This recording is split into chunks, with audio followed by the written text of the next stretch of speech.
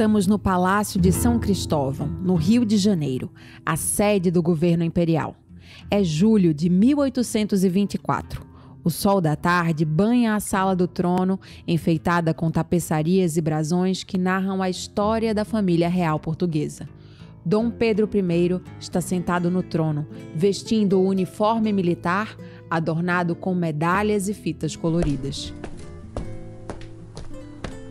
Seus conselheiros mais próximos entram e saem, trazendo notícias das províncias. O primeiro imperador do Brasil está com problemas até o pescoço. As crises se multiplicam por todos os lados. Desde que proclamou a independência, Dom Pedro está tendo que lidar com as animosidades entre os grupos leais à causa brasileira e os que defendem Portugal, que ainda não havia reconhecido a emancipação da ex-colônia. De norte a sul, o Brasil mergulha nas guerras da independência, lutando para expulsar os portugueses e contra os setores da elite que defendem a recolonização do país. A Bahia mal se recupera de uma guerra e o exército brasileiro já tem que fazer cerco a Montevidéu, na Cisplatina, atual Uruguai. Brasileiros e portugueses se enfrentam nesse mesmo período no Piauí, no Maranhão e no Pará. Naquele início do mês de julho de 1824, o temor de uma invasão portuguesa pelo litoral ainda paira no ar.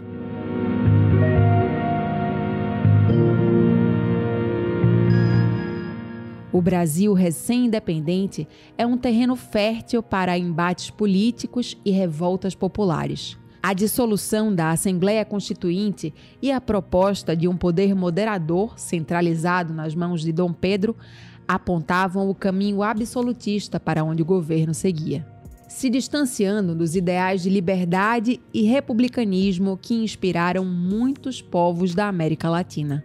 A escolha pela centralização administrativa do Império no Rio de Janeiro alimentava ainda mais o descontentamento das províncias, como a de Pernambuco, que desejava maior autonomia e participação. Dom Pedro I queria a glória de ser o fundador de um novo império nas Américas. Em vez disso, era assombrado por dúvidas sobre a sua própria capacidade de governar um país tão vasto e complexo. E como herdeiro da coroa portuguesa, era alvo de suspeitas por todos os lados.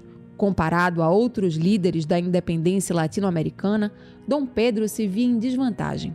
Não tinha o mesmo carisma de Simão Bolívar, que uniu as nações da América do Sul contra o domínio espanhol. Nem o talento militar do general San Martín, que liderou a luta pela independência da Argentina e do Chile.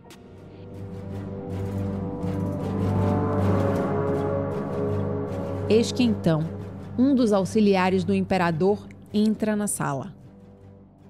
Esse conselheiro vem trazer notícias de Pernambuco, aquela província do norte que se recusou a aceitar os nomes que Sua Majestade havia escolhido para governá-la. Aquele mesmo povo que não jurou a Constituição do Império, mesmo sob bloqueio naval, pois agora Pernambuco proclamava um movimento chamado de Confederação do Equador, incitando as outras províncias a se rebelarem em armas contra o governo central.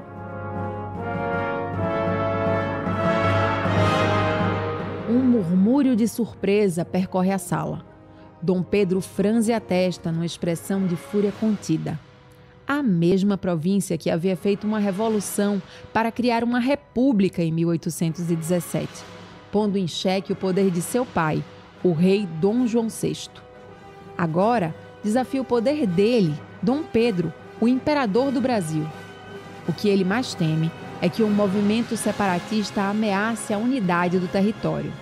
Revoltas populares idênticas também estão acontecendo no Ceará, na Paraíba e no Rio Grande do Norte desde a dissolução da Constituinte.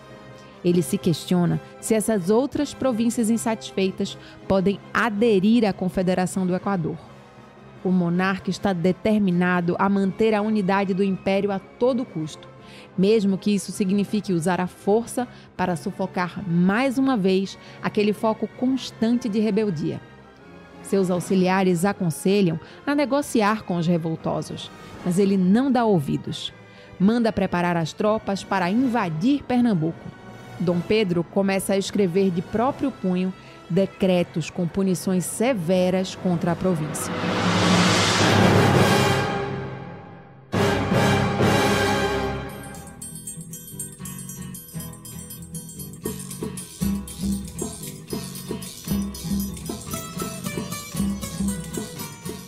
Olá, ouvintes. Este é o podcast Sagas Pernambucanas, Confederação do Equador, produção da Rádio Alep da Assembleia Legislativa de Pernambuco. Esse projeto faz parte da comemoração pelos 200 anos do movimento liderado por Pernambuco que abalou o país após a independência.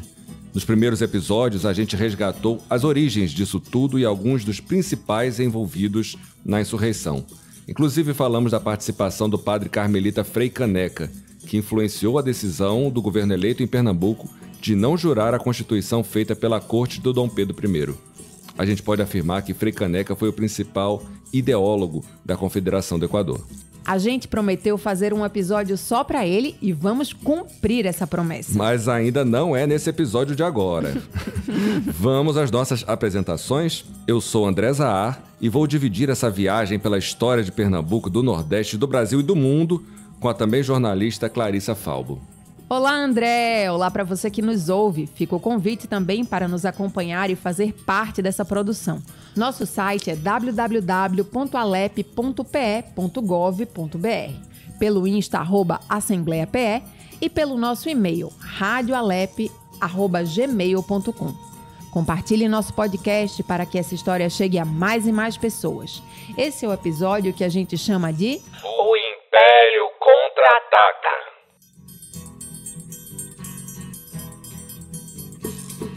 Você percebeu que nós começamos todos os episódios anteriores descrevendo algumas cenas nas ruas do Recife? Fizemos isso porque, no final das contas, Pernambuco foi mais do que um cenário, talvez o principal personagem dessa história toda. É fato que pernambucanos e pernambucanas até hoje trazem o sentimento de um povo que não se curva docilmente aos poderes centrais. Isso vem desde a expulsão dos holandeses em 1654 e, com certeza, cresce com a Confederação do Equador. Mas dessa vez a gente teve que dar uma passada lá no meu Rio de Janeiro para tentar imaginar um pouco o que se passava no coração do Império Brasileiro e do Imperador Pedro I. No coração de Dom Pedro só tinha espaço para uma coisa, a Marquesa de Santos, mas abafa o caso. Deixa quieto que a coisa ali não era careta, não. Melhor a gente retomar o fio do episódio anterior, que terminou com a proclamação da Confederação do Equador pelo Manuel de Carvalho, o presidente eleito pela província de Pernambuco, contrariando a decisão do Dom Pedro. Lembrando que, na mesma época, vários países do continente americano estavam ficando independentes, escolhendo novas formas de governo, discutindo constituições e por aqui. O que acontece depois daquele fatídico 2 de julho de 1824, quando Manuel de Carvalho conclama as outras províncias à rebelião contra o Império?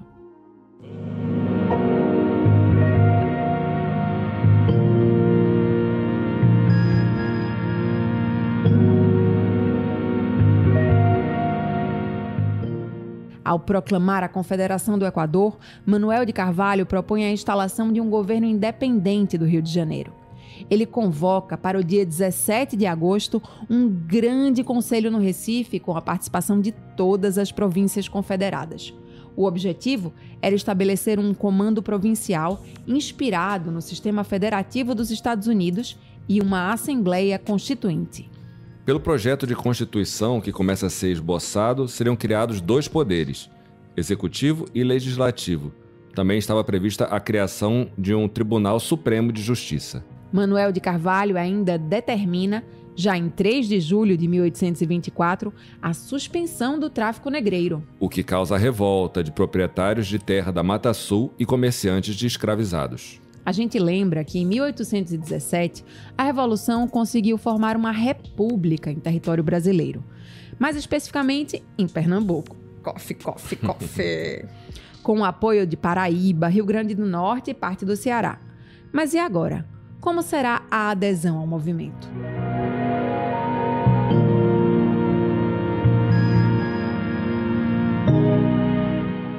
Agora agora, mais uma vez, o clima de insatisfação que corria em Pernambuco também subia para as outras províncias do norte. O que não quer dizer que todo mundo nesses lugares vai abraçar a Confederação do Equador. A repercussão vai ser maior em alguns lugares e menor em outros. Por exemplo, as notícias que corriam em Pernambuco na época falavam que o Pará comemorava a Confederação do Equador.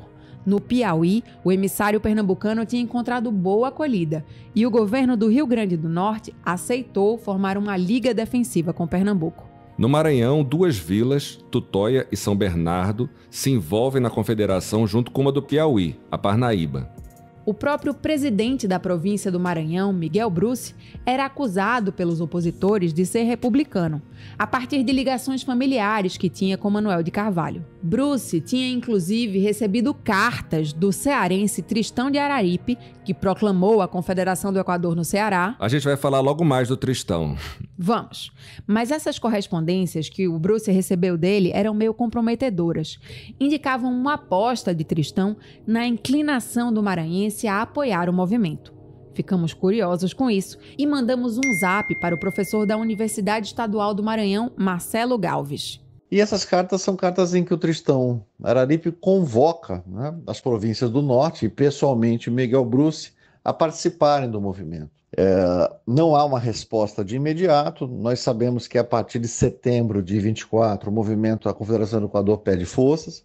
Em outubro de 24, o momento em que já se sabia no Maranhão que o movimento havia sido debelado, aí sim é possível perceber mais evidentemente medidas do Miguel Bruce de combate ao que será chamado genericamente de ideias republicanas.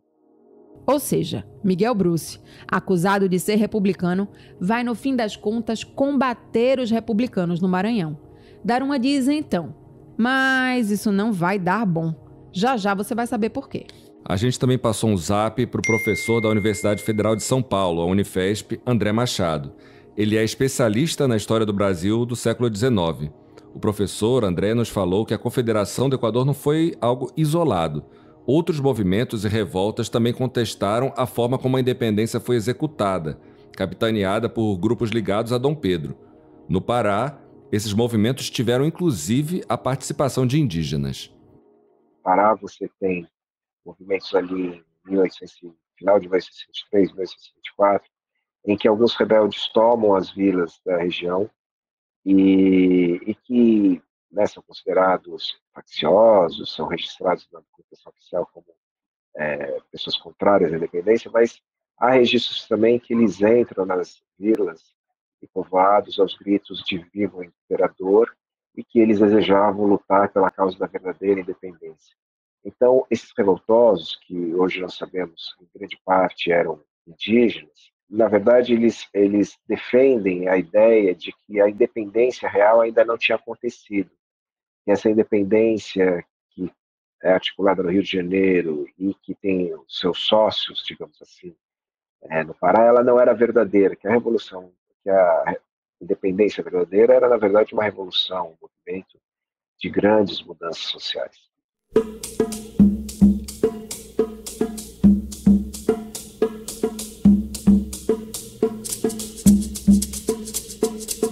Na Paraíba, a situação era complicada. Era outra província que estava bastante dividida. O recifense Felipe Neri tinha sido nomeado presidente pelo imperador e Neri era uma pessoa que tinha participado da Revolução de 1817, ficou preso na Bahia e integrou o governo do Gervásio Pires em Pernambuco. Mas mesmo com essas credenciais, a nomeação dele extinguia a junta governativa que havia sido criada lá. Então Felipe Neri enfrentou muita resistência. Parte da população achava que ele representava os interesses dos portugueses. Neri acabou renunciando. No meio disso tudo, um governo paralelo foi criado na Vila Real do Brejo de Areia e recebeu reforço de Pernambuco. Esse comando apoia a Confederação do Equador e vai se juntar a Frei Caneca na expedição para o Ceará.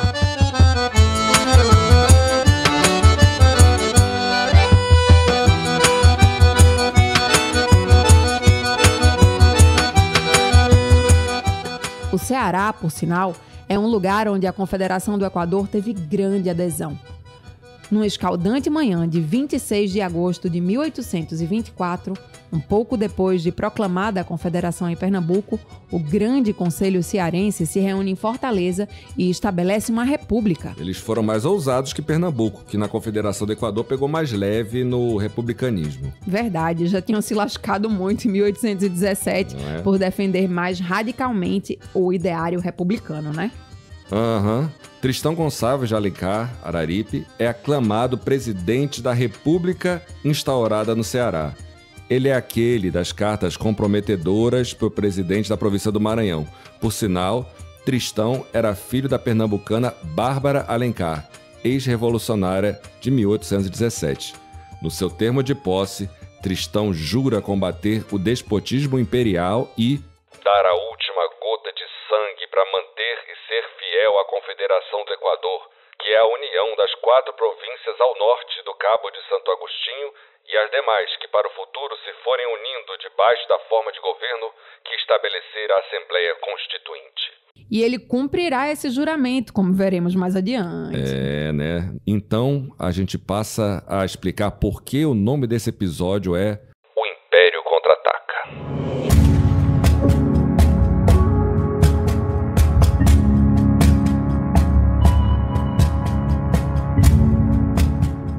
Dom Pedro, quando viu que Portugal não ia atacar o Brasil, como ele temia, recomeçou o bloqueio a Pernambuco, que tinha sido suspenso. Aqueles navios que tinham sido retirados do entorno do Porto do Recife. Pois é, voltaram para cá. Antes mesmo de saber da proclamação da Confederação do Equador, Dom Pedro já saiu mandando do Rio 6 embarcações navais de guerra, que chegam a Recife em 5 de agosto. Em Alagoas, desembarcou Pedro Pedroso. Ele mesmo, o capitão pernambucano que foi revolucionário em 1817 e depois mudou de lado. Agora, Pedroso reaparece comandando um batalhão para reprimir a Confederação do Equador na província de Pernambuco. O anti-herói pernambucano. Fazer o quê, né? Nem só de heróis vive essa terra. Se você não escutou o episódio passado, a gente recomenda que ouça para entender esse personagem. Dom Pedro ainda reage à proclamação da Confederação do Equador, retirando de Pernambuco a comarca de São Francisco, com 133 mil quilômetros quadrados, que é anexada a Minas Gerais e depois a Bahia. Lembrando que Pernambuco já tinha perdido a comarca de Alagoas em 1817. Com as duas revoluções, a de 1817 e a de 1824, Pernambuco passa de 266 mil quilômetros quadrados para os 98 mil, que mantém até hoje. Dom Pedro também suspende as garantias constitucionais em Pernambuco, ordenando que uma comissão militar julgasse sumariamente os líderes da Confederação.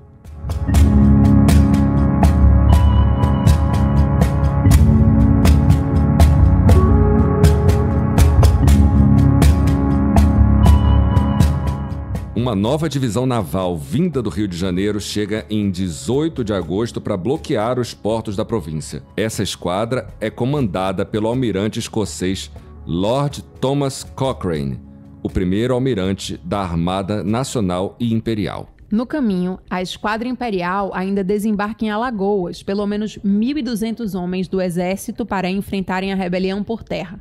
Eles eram chefiados pelo brigadeiro-general Francisco de Lima e Silva, o pai do Duque de Caxias. Mas brigadeiro aqui, claro, não era a patente da aeronáutica, que não existia naquele tempo, pré-aviação. Brigadeiro era o oficial superior que comandava uma brigada, ou seja, uma unidade militar composta por vários regimentos. Normalmente, infantaria e cavalaria. Manuel de Carvalho, por seu lado, tenta organizar militarmente a rebelião, formando companhias de guerrilhas, convocando corpos de milícias, reforçando as fortalezas e dando anistia e aumento de soldo aos militares. Também encomenda 2 paquetes a vapor da Inglaterra.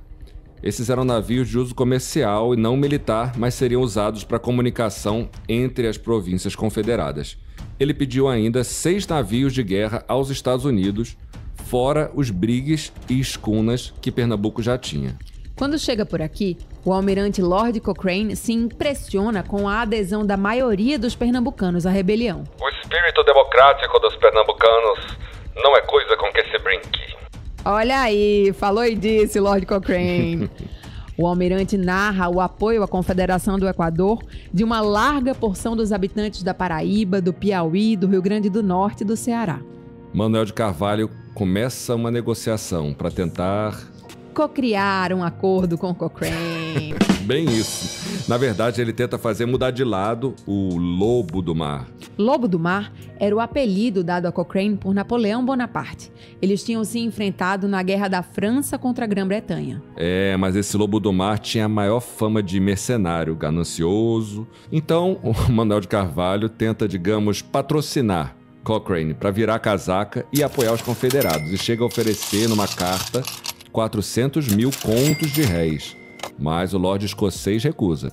Em off, Carvalho contou para os amigos que Cochrane pediu 2 milhões para vender seu passe e eles não chegaram a um acordo. Aí quem volta a aparecer na história do nada é a escritora Maria Graham, de quem a gente falou lá no segundo episódio. Maravilhosa, Maria Graham, eu já tava com saudade. Lembra que ela tinha conhecido Manuel de Carvalho quando chegou aqui em Pernambuco? No meio do conflito entre o chamado governo de Goiânia e o governador português, Luís do Rego?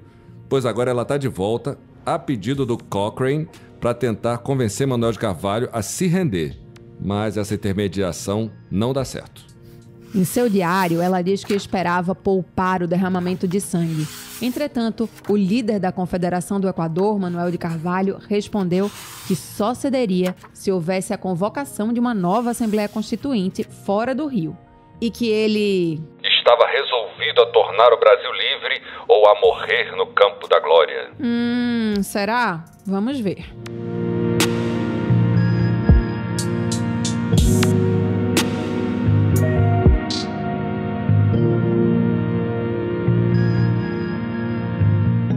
Aqui, abrindo um parêntese, os historiadores dizem que a insurreição das províncias do norte era para obrigar o imperador a seguir uma constituição legítima e não para se separar do Brasil. Então isso explica por que Manuel de Carvalho e os outros aceitariam um acordo caso o imperador convocasse uma nova constituinte. Mas isso não aconteceu. E no dia 28 de agosto de 1824, o Recife é bombardeado.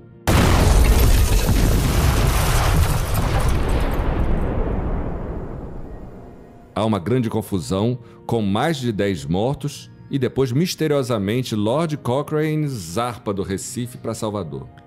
Já? Se anima não, daqui a pouco ele vai reaparecer na história. Já Maria Graham vai para o Rio, a convite do imperador. Ela assume as funções de mentora da princesa Maria da Glória, que mais tarde se tornará a rainha Maria II de Portugal. Chique, achei.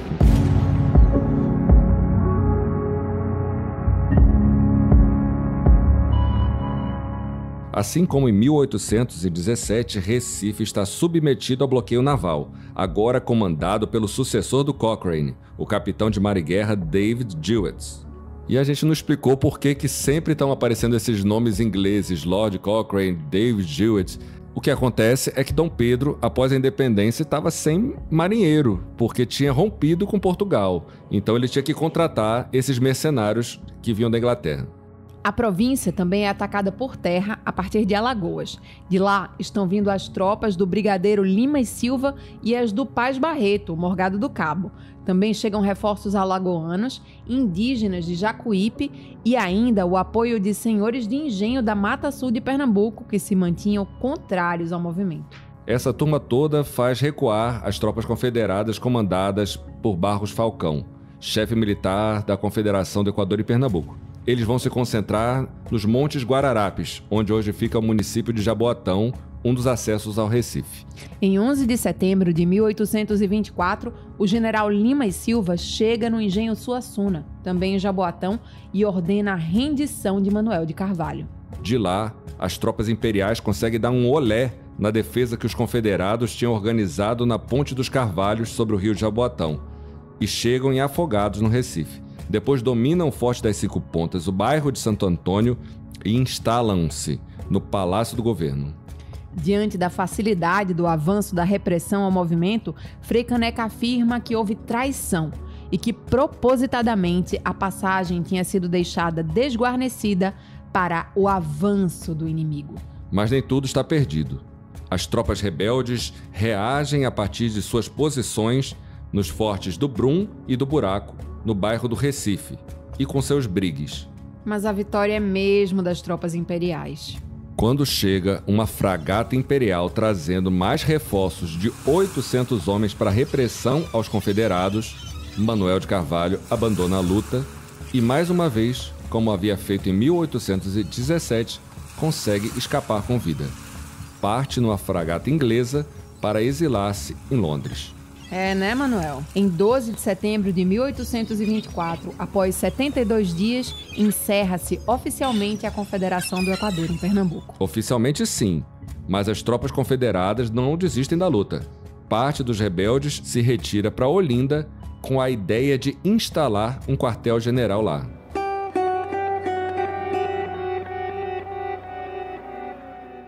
Lá em Olinda, a Câmara Municipal se reúne no dia 14 de setembro e propõe ao brigadeiro-general Lima e Silva um amistício de 3 dias para tratar da rendição. Mas ele não reconhece a autoridade da Câmara para agir como governo da província e invade Olinda. As tropas confederadas estão cada vez mais divididas. Uma parte, encabeçada pelo Falcão de Lacerda, quer se entregar. A outra está decidida a ir até o Ceará preparar uma contraofensiva com o apoio do governador de armas de lá, o general José Filgueiras. Frei Caneca estava nesse segundo grupo, o que queria seguir firme na luta. Não só ele, como aqueles 2 personagens de que nós falamos na abertura do episódio passado, o Major Emiliano Munduruku e o Capitão Agostinho Bezerra Cavalcante. Às vésperas da Confederação, eles tinham se envolvido, em lados opostos, num motim de militares pretos e pardos que quase terminou em massacre no centro do Recife. Agora, Munduruku e Agostinho Cavalcante estão do mesmo lado. Esse grupo sai de Olinda, dia 16 de setembro de 1824. De lá, passa por Igaraçu, sobe por Goiânia, pela Paraíba. Vamos ouvir o que o professor da Universidade Federal de Pernambuco, George Cabral, falou para o nosso podcast sobre essa marcha pelos sertões. Há 2 momentos muito marcantes nessa retirada para o Ceará. Um primeiro momento é quando eles chegam a Goiânia, depois de saírem do Recife. Eles chegam a Goiânia e encontram a vila completamente vazia. Caneca anotou uma espécie de diário todos esses dias, entre a saída do Recife, em 17 de setembro de 1824, e a rendição em 29 de novembro. E ele diz que era medonho, né, o cenário em Goiânia, a vila vazia, até o convento do Carmo estava vazio. Todo mundo tinha abandonado a vila, né, com medo da repressão. Ele fala que só encontrou lá 2 soldados, um que estava louco, né, e um que tentou colocar o grupo em uma emboscada. Mandou eles pelo caminho onde estavam as tropas repressoras. Daí, depois de Goiânia, há uma parada em Vicência, no Engenho Poço Comprido, né? Há uma assembleia lá no dia 22 de setembro, que é quando os remanescentes, com o apoio, né, e o estímulo de Caneca, decidem continuar na luta. E rumar, juntar as tropas da Paraíba, que estavam por aqui, e rumar para encontrar os remanescentes resistentes no Ceará. Esse engenho Poço Comprido fica em Vicência, na Mata Norte de Pernambuco. Aquele foi um momento de esperança. Entre os soldados de primeira e segunda linhas, guerrilhas e paisanos, tinha umas 3.000 pessoas. Esse contingente ainda recebeu reforços de uma companhia da Paraíba que ofereceu armamentos pesados para a resistência, mas enfrenta várias lutas e perseguições e sofre muitas baixas.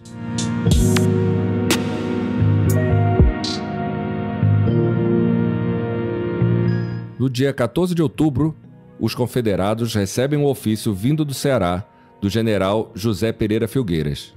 Mas 3 dias depois, uma expedição de 180 homens mandada por Filgueiras para se juntar aos confederados é exterminada na Fazenda Picada, na região do atual município de Triunfo, na Paraíba mesmo, perto das divisas com o Ceará e o Rio Grande do Norte. E aí vem um segundo momento chocante, que é quando ele chega lá no Ceará e encontra a tropa, mas encontra boa parte da tropa morta, chacinada. Lembra que a gente falou que o Lord Cochrane, o lobo do mar, o homem do bloqueio naval ao Recife, ia reaparecer na história? Olha ele! Pois é, resolvida a questão de Pernambuco, ele parte para o Rio Grande do Norte, onde consegue sufocar a rebelião sem muito esforço. De lá vai para o Ceará, onde o presidente revolucionário Tristão Araripe tinha jurado dar a última gota de sangue para manter e ser fiel à Confederação do Equador.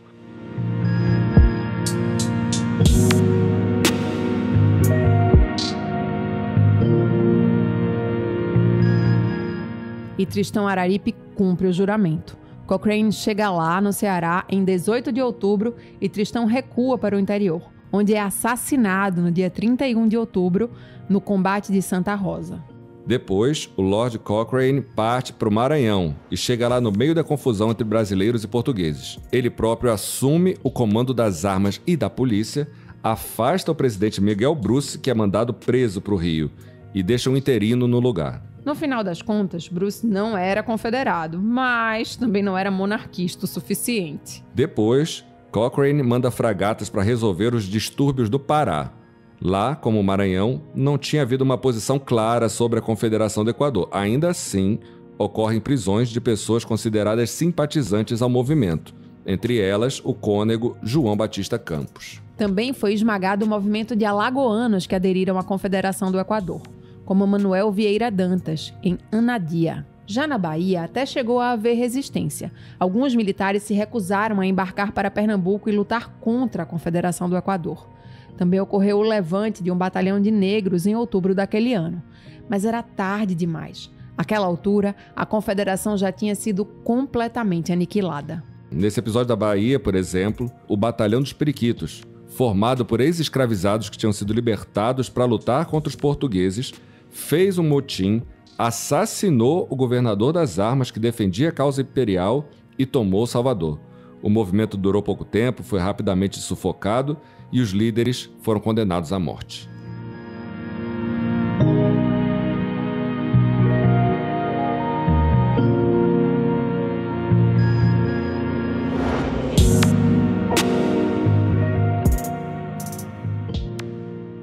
Um detalhe é que a bandeira da Confederação do Equador nunca chegou a ser exposta, mesmo estando pronta meses antes da proclamação feita por Manuel de Carvalho. Os novos símbolos foram guardados para uma reunião da Assembleia Confederada, só que esse encontro nunca aconteceu. Não houve tempo de instalar a Assembleia. A gente só sabe da bandeira criada para o movimento porque foi apreendida pelas tropas do Império. Agora, uma coisa é certa, ela nem se compara à beleza da bandeira da Revolução de 1817, que é o símbolo de Pernambuco até hoje. Salve a terra dos altos coqueiros, de beleza soberbo estendal.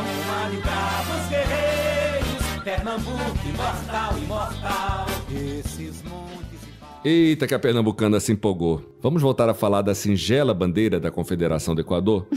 Eu vou descrever aqui para o ouvinte. Ela tem ali uns ramos de açúcar e de algodão, bases da economia das províncias do norte, uns símbolos da maçonaria como uma mão com o olho da providência, uma faixa branca escrita Confederação, uma cruz vermelha, 3 estrelas e as palavras religião, independência, união e liberdade.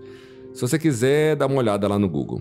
Quando Frei Caneca e as tropas da Confederação do Equador chegaram ao Ceará, em 21 de novembro de 1824, a batalha está totalmente perdida. Recebem das forças imperiais propostas de rendição. Frei Caneca ainda tenta resistir, mas as deserções da tropa e outros problemas se acumulam e tornam a luta insustentável. No dia 29 de novembro de 1824, acontece a capitulação geral. Todos os remanescentes da divisão constitucional, o exército confederado, são presos.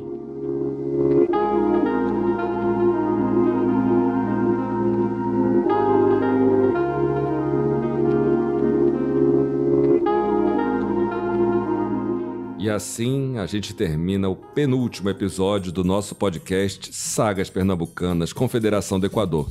No próximo, vamos falar do julgamento de Frei Caneca e do que mais aconteceu após a derrota da Confederação.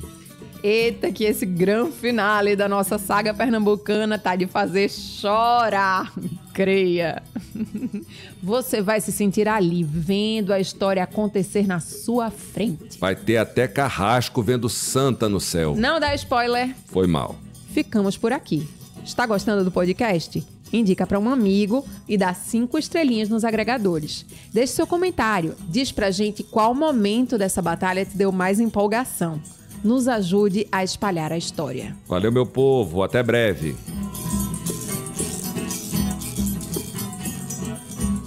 O podcast Sagas Pernambucanas, Confederação do Equador, é uma realização da Rádio Alep e da Superintendência de Comunicação da Assembleia Legislativa de Pernambuco.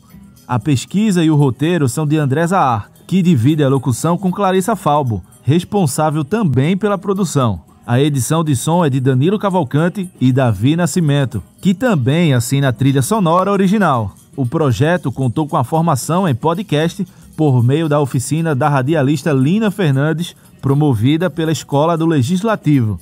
A pesquisa teve o apoio da Biblioteca da Alep.